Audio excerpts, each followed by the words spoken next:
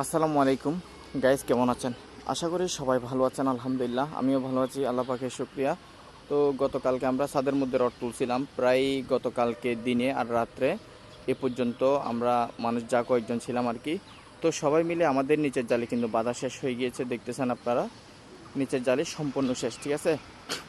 তো এই জালিটা হচ্ছে যে বর্তমানে মানে ডিজিটাল ক্যাটাগরির সাথে যেটা মিলে আর কি। এটা অন্য অন্য ছাদের থেকে এই ছাদটা কিন্তু আলাদা, ঠিক আছে। রড সব দিক দিয়ে ঠিক আছে, কিন্তু আপনার আমরা যেটা ডাইরেক্ট রড দিই ওইটা এটাতে কিন্তু কাটা রড, ঠিক আছে, চারিদিকে কাটা রড। তো এটা হচ্ছে নিচের জালি, এটাতে আর কোনো রড নাই। তো এখান থেকে নিয়ে এই যে কাটা যেটা দেখতেছেন এটা থেকে নিয়ে, ঠিক আছে, হয়তো বা মানে বিম থেকে যতটুকু আসে, কথা বলছেন। তো এরপর হচ্ছে এই যে এখান থেকে শুরু করে ওই রুম পর্যন্ত টপ যাবে উপরে, নিচের জালে আর কোনো রড নাই।